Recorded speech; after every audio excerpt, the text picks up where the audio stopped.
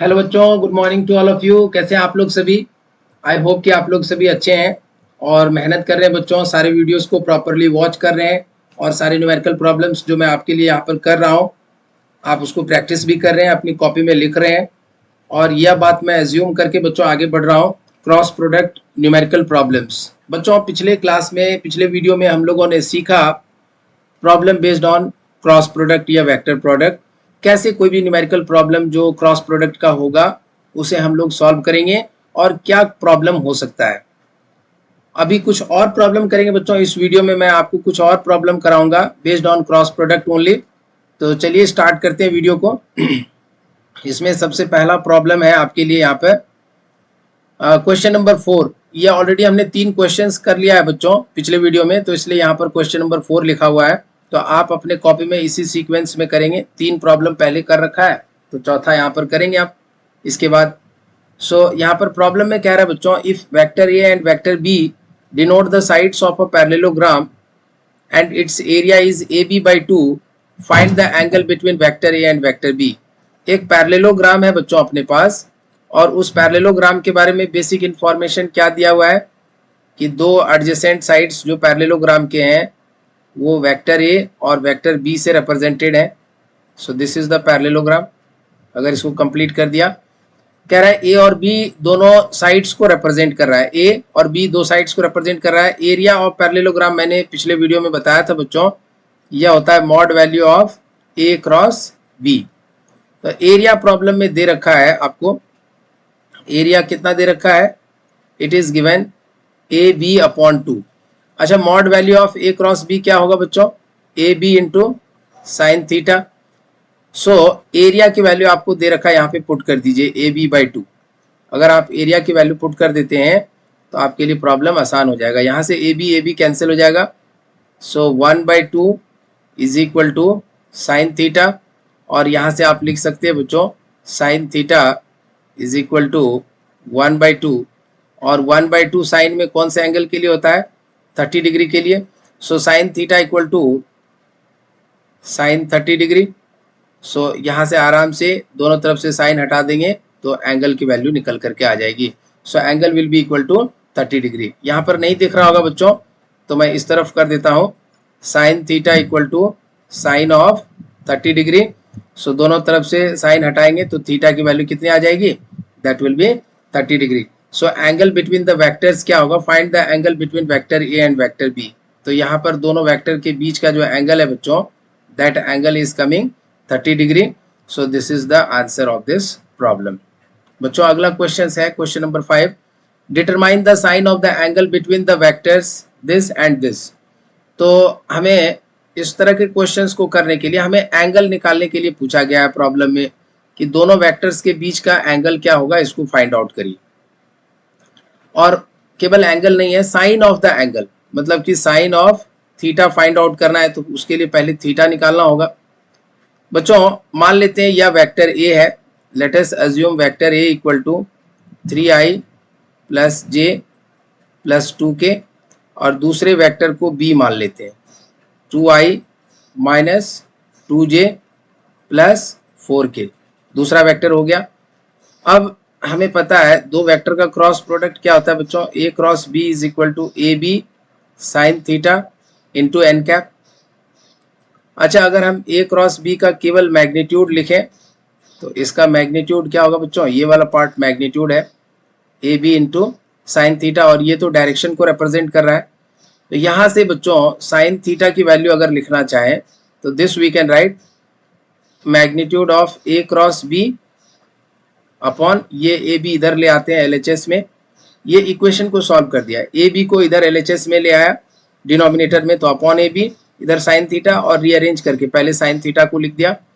तो यहाँ पर एक्सप्रेशन बन जाएगा बच्चों sine theta is equal to mod value of A cross B upon A B, mod value of A cross B upon A B. इस तरह से यहाँ पर इक्वेशन बन गया। अब बच्चों आपको क्या करना है? ए क्रॉस बी की वैल्यू फाइंड आउट करना है। तो मैंने पिछले क्लास में सिखाया था, इस पर बेस्ड प्रॉब्लम भी किया था। डिटरमिनेंट मेथड को यूज करेंगे ए क्रॉस बी फाइंड आउट करने के लिए।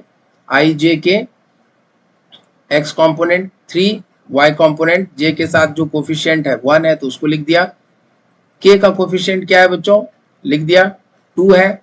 अब दूसरे वेक्टर के लिए i का कोफिशिएंट क्या है, यहाँ पर लिखेंगे 2, j का कोफिशिएंट क्या है -2 और k का कोफिशिएंट क्या है बच्चों 4, इसको भी लिख दिया।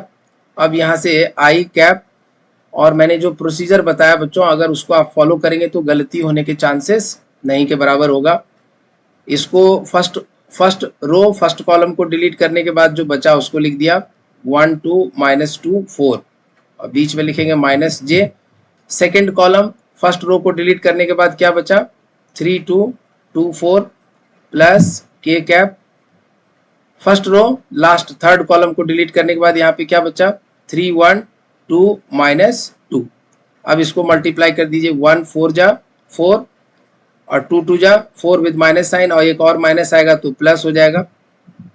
सो आई कैप माइनस j 3 4 जा 12 2 2 जा 4 विद माइनस साइन और प्लस k कैप और यहाँ पर क्या हो जाएगा बच्चों 3 2 जा -6 एंड 2 1 जा 2 विद माइनस साइन सो -2।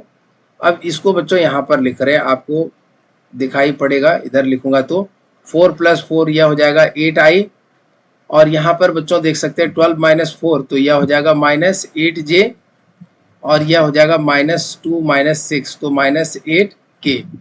यहाँ पर यह a क्रॉस b का वैल्यू हमें मिल गया। सो this is the value for a cross b। अब क्या करना है बच्चों, एक पेज यहाँ पर ऐड कर लीजिए। Once you got a cross b, आप इसको पहले लिख लीजिए। फॉर्मूला क्या था, साइन थीटा का फॉर्मूला था साइन थीटा वॉज इक्वल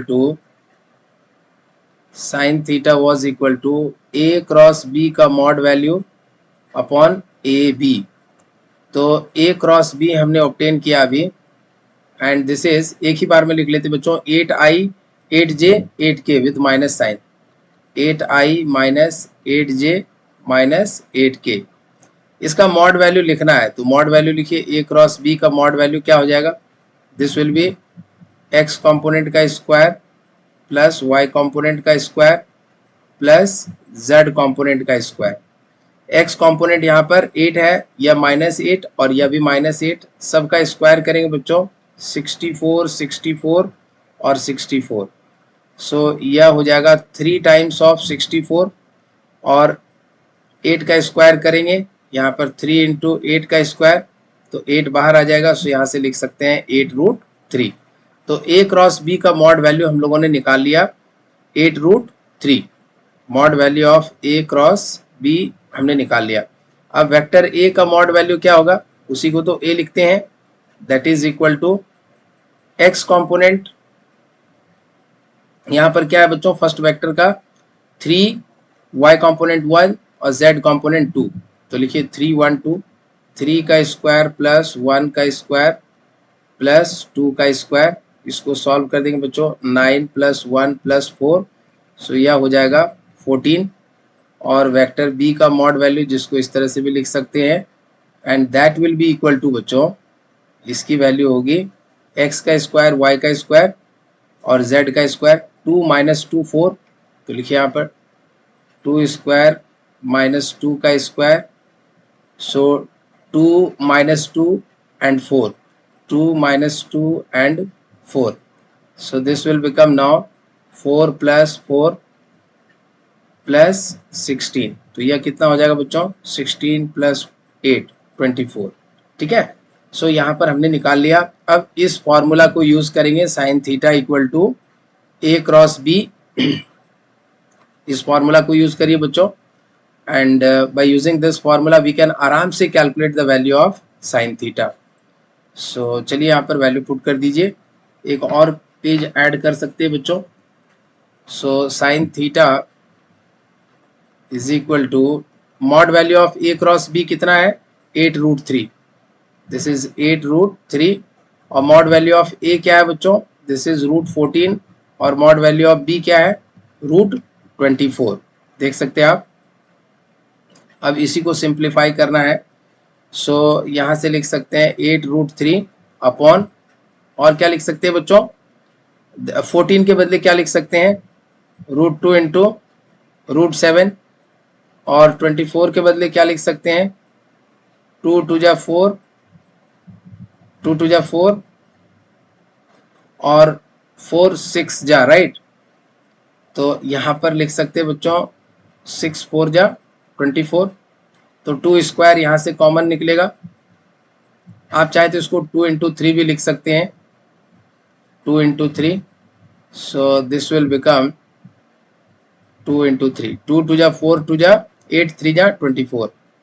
तो यहाँ पर हो जाएगा 8 रूट 3। और पूरा टर्म्स को सबको रूट के अंदर ही लिख देते हैं बच्चों, क्योंकि सब तो रूट के अंदर ही है। 2 इंटू 7 इंटू 3 टाइम्स 2 इंटू 3। तो यहाँ पर हो जाएगा 8 रूट 3 अपॉन, देखिए 2 कितनी बार है, 4 बार है। तो 2 स्क्वायर इंटू 2 स्क्वायर इंटू 7 3 जा, सो 7 इंटू 3। तो यहाँ से निकल जाएगा बच्चों, ये स्क्वायर जैसे ही होगा रूट से बाहर निकल जाएगा। तो 1 2 निकलेगा, दूसरा 2 भी निकल जाएगा, इंटू यहाँ पर हम लोग लिख सकते हैं √7 इंटू √3, या दोनों इंडिविजुअली रूट के अंदर है। तो ये √3 कैंसिल हो जाएगा, एंड 2 2 जा 4 एंड 4 4 2 जा 8। तो यहाँ पर 2 आ जाएगा। सो हम लोग लिख सकते हैं यहाँ पर 2 अपॉन, ऊपर आ गया 2 और नीचे आ जाएगा √7। So finally we got sin theta is equal to 2 by √7. So this will be the final answer. इसको आप लिख सकते हैं बच्चों, sin theta is equal to 2 by √7. So sin theta is equal to 2 by √7. Problem में यही find out करने के लिए पूछा गया था बच्चों कि हमें निकालना है। क्वेश्चंस पढ़ सकते हैं आप। Determine the sine of the angle between the vectors. तो sine of the angle between the vector क्या हुआ, sine theta equal to 2 by √7। This will be the final answer of this question. ठीक है बच्चों, इस तरह से अगर आप बढ़ेंगे, अगर ऐसे क्वेश्चंस आप करेंगे बच्चों, तो आपको क्लैरिटी मिलेगी। The more you practice the more you will be able to learn. ठीक है, so this problem is completed. यहाँ पर यह क्वेश्चंस बन गया बच्चों, सॉल्व हो गया। अब यहाँ से आगे हम लोग बढ़ेंगे। So let us move to the next concept, not next concept, next problem. 6th number problem क्या कह रहा है, प्रूव दैट और show that a minus B cross a plus B equal to 2 into A cross B. इसको prove करना है। तो कितना सरल तो है, आप LHS को लिखिए, और ये जब प्रूव हो जाएगा बच्चों तो ये रिजल्ट भी आपको याद रखना है। यहाँ पर पहले लिख लीजिए vector a minus vector b, और यहाँ पर cross vector a plus vector b। इसको मल्टीप्लाई कर दीजिए बच्चों। तो a क्रॉस a, हर एक टर्म को, a से इसको और a से b को भी, प्लस a क्रॉस b, और फिर इससे इसको मल्टीप्लाई करिए। तो minus of b cross a, और फिर इससे इसको मल्टीप्लाई करेंगे बच्चों, plus minus of b cross b। तो बच्चों मैंने आपको बताया था कि a क्रॉस a की वैल्यू क्या होगी, 0। अगर सेम वेक्टर का क्रॉस प्रोडक्ट, अगर किसी गिवन वेक्टर का सेम वेक्टर के साथ क्रॉस प्रोडक्ट लेते हैं तो वैल्यू क्या होती है, 0। क्यों, क्योंकि दोनों वेक्टर तो सेम है, तो एंगल बिटवीन द वेक्टर क्या होगा, 0 डिग्री। तो फर्स्ट वेक्टर का मैग्नीट्यूड हो गया a इंटू सेकेंड वेक्टर का मैग्नीट्यूड हो गया बच्चों, दैट इज ऑल्सो a, और sine of angle between the vectors that is equal to 0 degree. तो यह भी 0 हो जाएगा यहाँ पर, sine 0। So this will become 0। तो ये रिजल्ट ही 0 हो जाएगा। सो यह 0 हो जाएगा बच्चों। b क्रॉस b, यह भी क्या हो जाएगा, 0। अब अपने पास जो बचा हुआ टर्म्स है बच्चों, उसको हम लोग लिख सकते हैं। क्या लिख सकते हैं, चलिए इसको देखते हैं। थोड़ा सा प्रिसाइज कर लेते हैं पेन को। सो यहाँ से लिख सकते हैं बच्चों a क्रॉस b, यहाँ पर देखिए a क्रॉस b, और plus minus of b cross a, minus of b cross a। Better हम लोग थिकनेस बढ़ा लेते हैं पेन का। ठीक है, सो यहाँ से लिख सकते हैं बच्चों। अच्छा, मैंने आपको बताया था a क्रॉस, प्रॉपर्टी बताया था, a cross b is equal to minus of b cross a। तो minus of b cross a को हम लोग लिख सकते हैं a क्रॉस b। ये प्रॉपर्टी ऑफ क्रॉस प्रोडक्ट है बच्चों। सो a क्रॉस b, और इसको क्या लिख सकते हैं, प्लस a क्रॉस b। तो a cross b plus a cross b, यह हो जाएगा 2 times of a cross b, and which is equal to RHS। तो जो प्रूव करना था वो यहाँ पर प्रूव्ड हो गया। ठीक है बच्चों, so this is how we understand. ये बहुत ही इंपॉर्टेंट था, ये प्रॉपर्टी, ये रिजल्ट आपको याद रखना है बच्चों, ठीक है। यहाँ पर इस बात को आप ऐसे भी याद रख सकते हैं कि जैसे आपको a minus B into A plus B दे रखा है, a माइनस बी इंटू नहीं पढ़ेंगे इसको क्रॉस प्रोडक्ट पढ़ेंगे, प्लस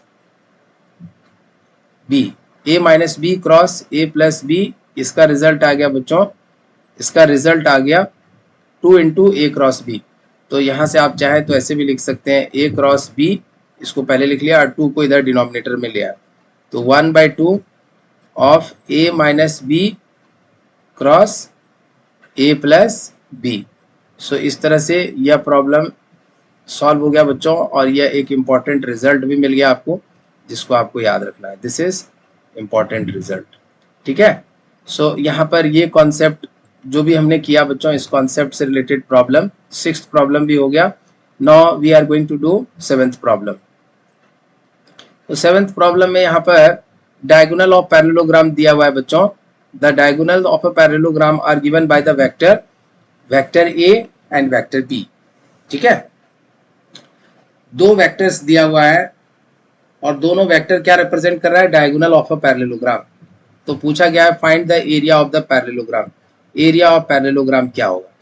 मैंने बताया था बच्चों, जब भी पैरेललोग्राम का एरिया निकालने के लिए पूछा जाए तो दोनों साइड्स का आपको क्या करना है, वैल्यू फाइंड आउट करना। मान लेते हैं साइड वेक्टर जो है वो a है, एक साइड a है, दूसरा साइड b है, तो उसका mod value a cross b का मॉड वैल्यू जो होगा वह एरिया को रिप्रेजेंट करेगा। तो चलिए इस प्रॉब्लम को कैसे करेंगे देखते हैं यहाँ पर। सो इस प्रॉब्लम को करने के लिए बच्चों सबसे पहले काम आप ये करिए कि आप पहले पैरेललोग्राम कंप्लीट कर दीजिए। First you complete the parallelogram. Parallelogram एक बार कंप्लीट हो जाए, इसके दो डायगोनल हैं, एक यह है और दूसरा डायगोनल को दूसरे कलर से ड्रॉ करते हैं, ठीक है। दूसरा डायगोनल यह है, ठीक है। और इसको हमने a वेक्टर माना है, इसको b वेक्टर।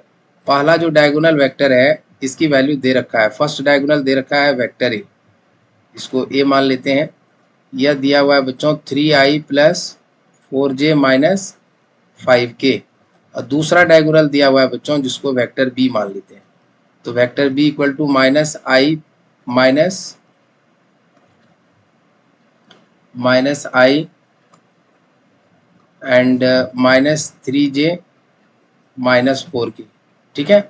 दूसरा वेक्टर भी दिया हुआ है। अच्छा बच्चों, अगर हम पैरेललोग्राम की प्रॉपर्टी को देखें तो opposite sides are equal and parallel, तो ये वेक्टर ए तो ये भी वेक्टर ए, ये वेक्टर बी तो यह भी vector B. So a plus B equal to हम लोग लिख सकते हैं, वेक्टर ए डायगोनल वेक्टर है जो रिजल्टेंट वेक्टर भी है, so that is vector A plus vector B adjacent sides. और वेक्टर बी ये वाला वेक्टर जो है बच्चों, इसके लिए लिख सकते हैं, देखिएगा A vector plus B vector equal to small B vector. कैसे सर, समझ में नहीं आया? तो ऐसे समझिए, फर्स्ट वेक्टर यहाँ पर है, सेकंड वेक्टर इधर गया, इसको डायगोनल वेक्टर बी से डिनोट किया गया है, और ये जो है वेक्टर बी है, small vector B, small B vector. तो starting from this point A plus B vector equal to ये रिजल्टेंट वेक्टर बी वेक्टर, तो आप इसको लिख सकते हैं B vector equal to A vector plus B vector. इसको उधर ले जाएंगे तो बी वेक्टर इक्वल टू क्या लिख सकते हैं बच्चों, small B vector minus A vector. So ये हमें मिल गया vector B equal to B minus A, B minus A. इस तरह से हम लोगों ने यहाँ पर ये रिजल्ट ऑब्टेन कर लिया।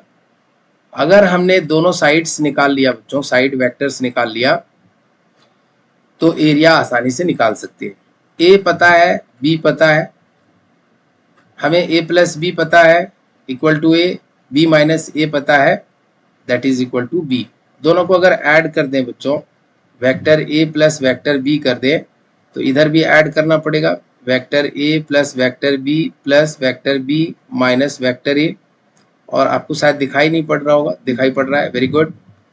सो यहाँ पर यह b नहीं, यहाँ पर यह minus a plus a cancel हो जाएगा, this will be cancel out, so b plus b 2b vector और vector A plus vector B equal to 2b vector. अब यहाँ से आगे बढ़ते हैं बच्चों, यहाँ से आसानी से आगे बढ़ सकते हैं हम लोग। So B vector equal to लिख सकते हैं, small B vector equal to vector A plus vector B upon 2। तो दोनों को ऐड कर दीजिए, ए और बी को। तो ए और बी को जब ऐड करेंगे तो क्या मिलेगा, ए प्लस बी। आई को आई के साथ ऐड कर दीजिए, तो 3 और यहाँ पर -1 है। यहाँ पर है बच्चों 4 और यहाँ पर है -3 और यहाँ पर क्या है बच्चों -5 और यहाँ पर कितना है -4k। सो यह हो जाएगा 2i, यह हो जाएगा +j, यह हो जाएगा -9k। इसको पुट कर दीजिए यहाँ पर, 2i plus j minus 2i plus j -9k upon 2। ये स्मॉल बी वेक्टर मिल गया। इसी तरह से बच्चों अगर हम a माइनस बी करें तो हमें क्या मिलेगा, अगर vector a minus vector b करें तो वेक्टर a की वैल्यू है a plus B vector minus vector b की वैल्यू है vector b minus vector a। तो यहाँ पे क्या हो जाएगा, vector a plus vector b, यहाँ से माइनस वेक्टर b आएगा और ये minus of minus plus vector a हो जाएगा, ये प्लस माइनस ये cancel.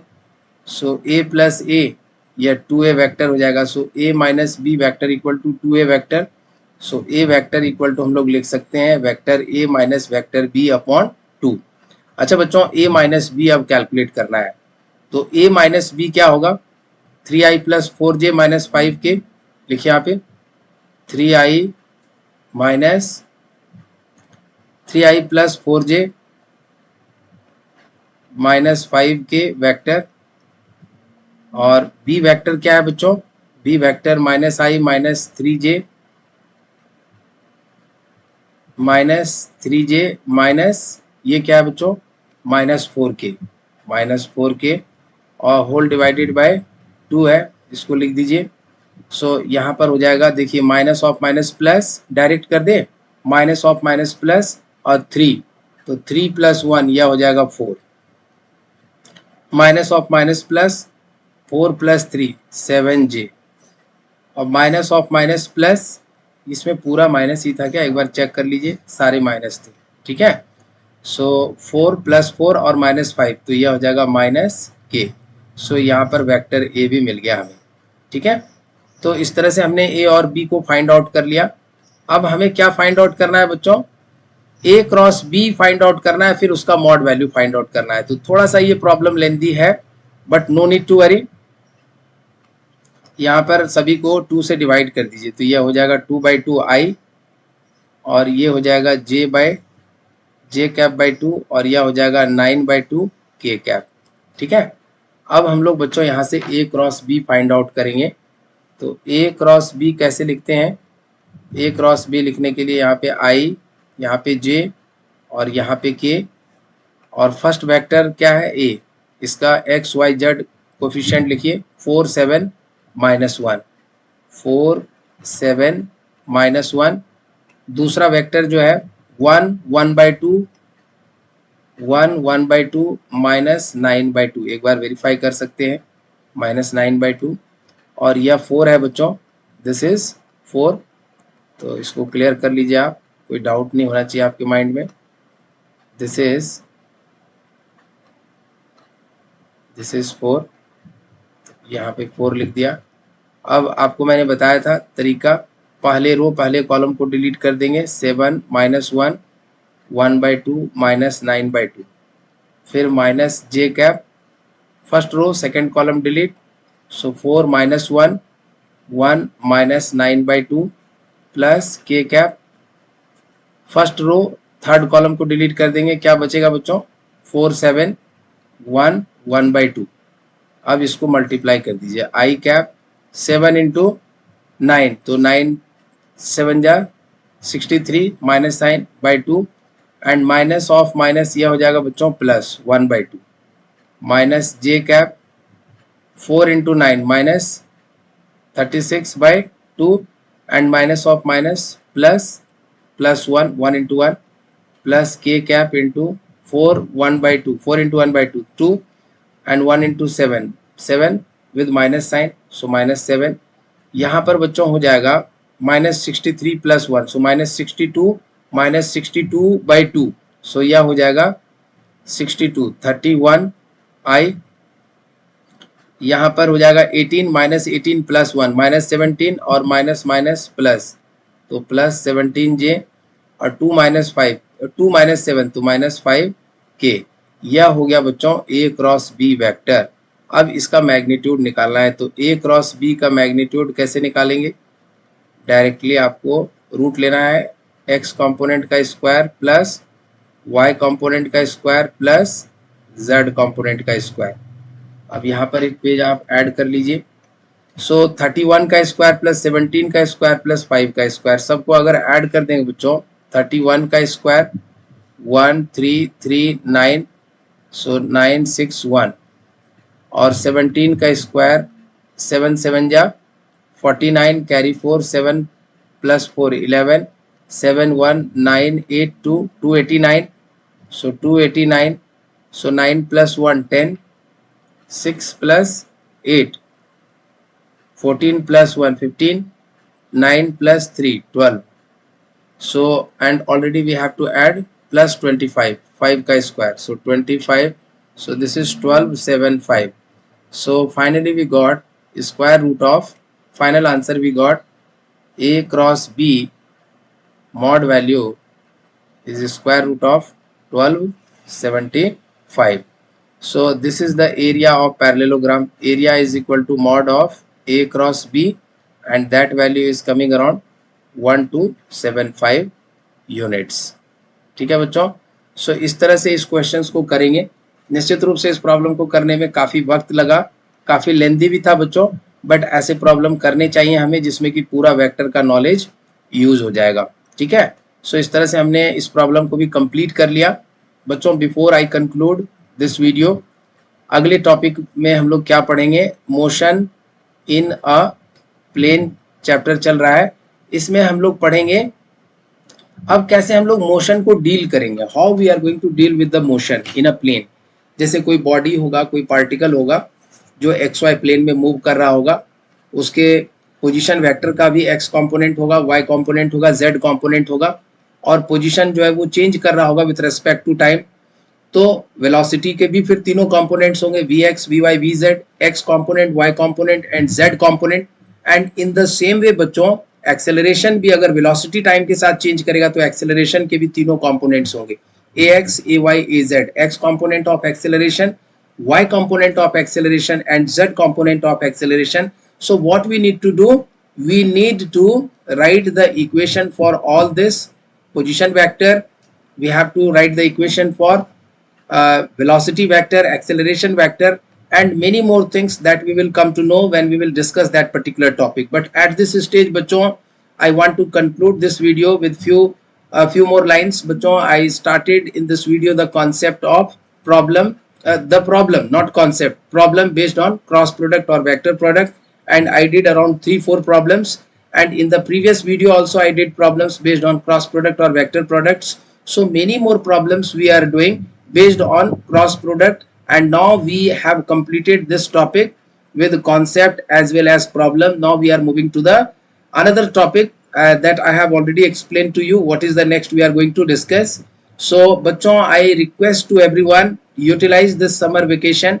Don't waste your time. Those who are passionate, those who are motivated to crack IIT JEE exam, those who are motivated to clear entrance test for medical, or those who are passionate for going those who want to clear NDA exams or any kind of competitive exam which is going to be faced by you after grade 12 or in the appearing of grade 12 only. So for that you need to go through physics fundamentally from basics. You have to learn each and every topic.